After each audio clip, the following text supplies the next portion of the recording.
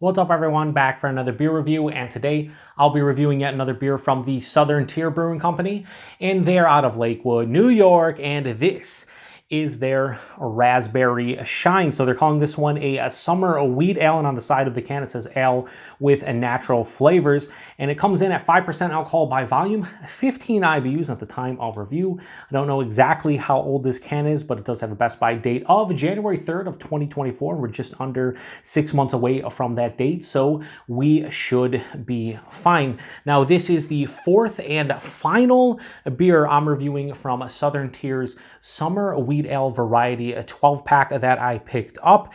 I have reviewed the other three, and it's been a mixed bag so far. Two of them, the Mango Rays and the Ruby Red Surf, I did enjoy, while their Blueberry Sea was basically a drain pour for me. The finish was just astringent. I didn't like it, and the blueberry flavor was a little bit more of a artificial blueberry to me, while the Mango Rays and the Ruby Red Surf were a little bit more authentic and just my speed. So as of right now, they are 2 for 3, which is a pretty good batting average. But I'm hoping that this one is delicious, because I would recommend picking up the variety pack if you enjoy wheat ales with a little bit of fruit character in them, because I think they do them pretty well, at least 2 of the 3. So if this is a good one, I'd say 3 of the 4. Yeah, I'd say it's worth trying out.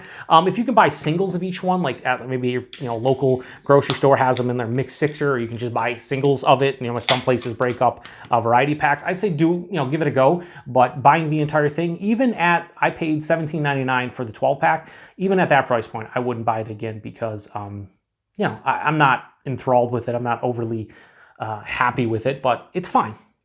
And to me, it's definitely better than the Oberon variety pack from Bell's, but I'm a little bit biased towards or against Oberon in general. Anyway, so yeah, that has that wheat kind of color that you expect from these. They all look very similar. It has like that golden wheat color. Pretty good clarity. I can see my hand through there. Has just under a finger of a bright white soap sudsy looking head. Decent carbonation. Hold it up to the light. It looks like every other one that I poured, because they're using natural flavors as opposed to like the real fruit puree or juice or anything. So it's not going to change the color. Anyway, let's get a nose on this one.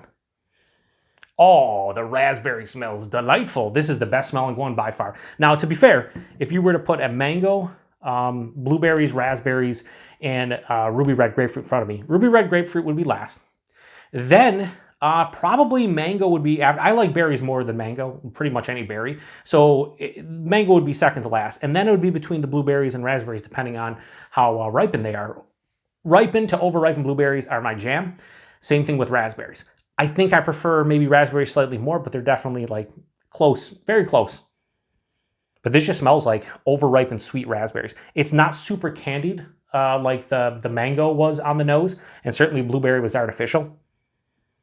Just has a very nice, sweet, over-ripened blueberry scent. A little bit of like a slight, like a weedy sensation from the wheat maltiness. But yeah, it's just pretty much raspberry. And I will say this, as I continue to sniff it a little bit more, it does have a slight candy thing going on. But I always find like candied raspberry works well, because it's not too far off of regular raspberries if you get them like, ripened or over-ripened. Where like, to me, candied blueberry doesn't taste the same as even over-ripened blueberries. Or like candied mango doesn't taste like an over-ripened mango. Like, it just doesn't have that same kind of effect. But yeah, this smells really good. Let's get into it. Cheers, everyone.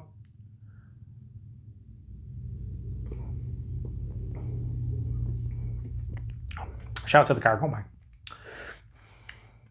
This is nice. This is probably my favorite of the bunch. See, it has that lingering raspberry character, kind of like the Blueberry Sea did, but that was blueberries. But it doesn't have that fake, artificial, astringent kind of just gross finish. Like the finish is fine. It's solid. All right, body and mouthfeel. Body's like lower side of medium, 5%. That's fine. It's appropriate. The mouthfeel, it has a nice smoothness to it, but it is definitely moderately carbonated, so there's a crisp, effervescent kind of feel to the mouthfeel. The taste, very simplistic. All of these have been very simplistic, and that's what they're going for. A low ABV, 5%, fruited wheat beer that you can crush a lot. There's not going to be, it's not going to be overwhelming to anybody. You're going to get the fruit character. You're going to get a little bit of that base wheat character, and that's pretty much it, and that's what this is. The raspberry is omnipresent. Up front, it's more of like a sweet candied raspberry. As it passes through the palate, though, it kind of becomes more over-ripened, like an authentic raspberry. And the finish, it's more of like, just like a subtle kind of raspberry finish. There's an underlying, again, wheat malt character. There's a little bit of a, maybe a slight like citrus thing going on, like an orange or a lemon, very slight. Yeah, not too much. Maybe a spicy like coriander clove thing, but very minute. Listen, I'm gonna finish the rest of this. I have no issues doing so. This is not substantially better than the mango raise, but it's a little bit better, slightly better. I enjoy it. In order right now, raspberry shine, number 1. Number 2 would be the mango raise. Number 3 would be the ruby red surf, and way down here, like below the table, would be the blueberry sea. This one, I feel like this one finishes a little bit more dry than the others too. I'd have to go look at all the reviews, but this definitely has a full-on like dryness to it. The bitterness is very mild, if any at all. Definitely dry. So it balances out because it's kind of sweet and fruity, and there's a little bit of like juiciness at the beginning, but on the finish, definitely dry. So pretty well balanced, enjoyable, raspberry character, slightly candied, but more authentic. And they just did it pretty well. 5%, you can't tell. So I'm going to, this is the thing, none of these are honestly higher than, like, these don't reach the 4 out of 5 level for me. They're just too simplistic, and just, you know, I would never give these a 4 out of 5 because they just don't have enough flavor, exactly what I'm looking for. But if you like fruited wheat beers, yeah, pick up the pack, especially if you can get it like I did for 18 bucks for a 12 pack. Like, I think that's a pretty good deal. So a raspberry shine from Southern Tier. I'm going to give this a high 3.75. I'm going to go 3.85. Almost gets in the low 4s. So this gets a 3.85.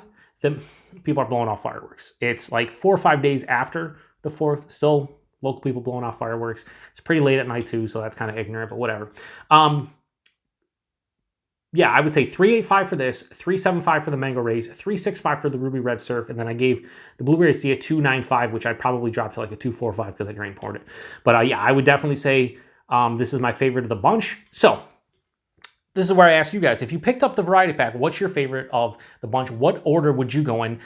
Because I'd be curious. I'm sure there's some people out there that really like the blueberry sea and maybe hate this one. As we all have different palates and different tastes, and that's why I want to hear what you think about it. So price availability, I already went over the price point. I paid $17.99 12 pack.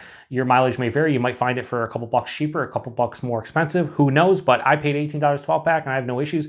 And if I really wanted to try this out, I would easily pay $20 for it. So I think it's pretty damn solid for what it is. And availability at Southern Tier, this is like a big thing from them. Locally, I've seen a bunch of different stores. They have like a display and stuff. So if you get Southern Tier in your area, shout out to the fireworks again, you should be able to find it. Maybe not. Maybe it'll be a little bit tougher for you. But if you did pick it up, let me know. Let me know what you thought about it. What's your favorite? What's your least favorite? If you rank them, that would be awesome.